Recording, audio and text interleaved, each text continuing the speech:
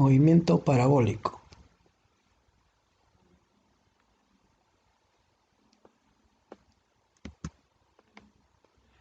El tiro parabólico se puede estudiar como la composición de dos movimientos. Un movimiento rectilíneo uniforme, MRU, en la dirección del eje X. Un movimiento rectilíneo uniformemente acelerado, MRUA, en la dirección del eje Y, donde el valor de A es igual al valor de la gravedad, igual a 9,8 metros por segundo. Tenemos un diagrama del movimiento parabólico, ¿no? Y tenemos ahí al vector con que se está lanzando, ¿sí?, ese móvil, el vector R, ¿no? Y tenemos también ahí la descomposición de las fuerzas de la velocidad con que está saliendo ese móvil, ¿no? Entonces en el eje X viene a estar justamente la velocidad inicial en X, y tiene también la velocidad en el movimiento compuesto. Diagrama del movimiento, ¿no? Como verán, el movimiento del vector en X al desplazarse siempre va a ser constante, ¿no? No cambia. El que sí va a cambiar va a ser el movimiento del movimiento en Y, ¿no? Conforme va pasando el tiempo, va cambiando en la traslación de su movimiento. Ecuaciones de movimiento parabólico. En la figura tenemos un proyectil que se ha disparado con una velocidad inicial v sub 0, haciendo un ángulo con la horizontal. Las componentes de la velocidad inicial son: la velocidad inicial en el eje X es la velocidad inicial por el coseno del ángulo θ, y la velocidad inicial en el eje Y es velocidad inicial por el seno de θ. Ecuaciones del movimiento, ¿no? La magnitud que van a intervenir en el movimiento parabólico van a ser la aceleración, ¿ya?, cuya componente en X no existe, porque existe cuando hace movimiento en X existe el MRU, ¿sí? Y en el movimiento en Y va a ser menos la gravedad, ¿sí?, cuando está cayendo, ¿no? Y la velocidad inicial en X, su componente siempre va a ser constante, ¿no? La velocidad inicial por X.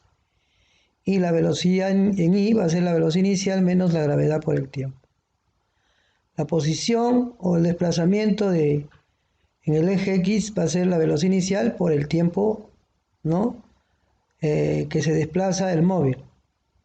Y en Y va a ser la velocidad inicial por el tiempo menos un medio de la gravedad por tiempo al cuadrado. En el tiro parabólico son de interés la altura máxima, el alcance o desplazamiento horizontal conseguido. La altura máxima se alcanza cuando la componente vertical en Y de la velocidad se hace cero. Como la velocidad en Y es igual a la velocidad inicial en Y menos la gravedad por el tiempo, se alcanza la altura máxima cuando el tiempo, ya, en función del tiempo, velocidad inicial de Y sobre la gravedad. Utilizando estos datos llegamos fácilmente a la conclusión de que el valor de la altura máxima, ¿sí?, donde lo vamos a representar con el eje Y máximo, es igual a la velocidad inicial en Y al cuadrado sobre 2 veces la gravedad, ¿no? Entonces, eso viene a ser la altura máxima.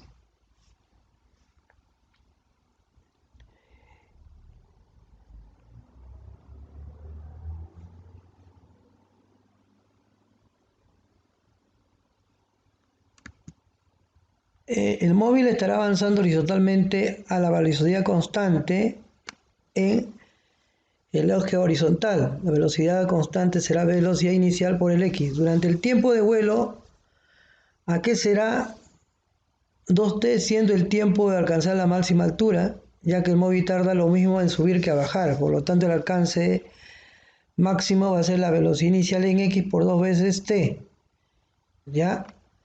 2t viene a ser el tiempo de vuelo. El alcance de máximo también va a ser igual a la velocidad inicial al cuadrado por la gravedad por el seno de 2 alfa.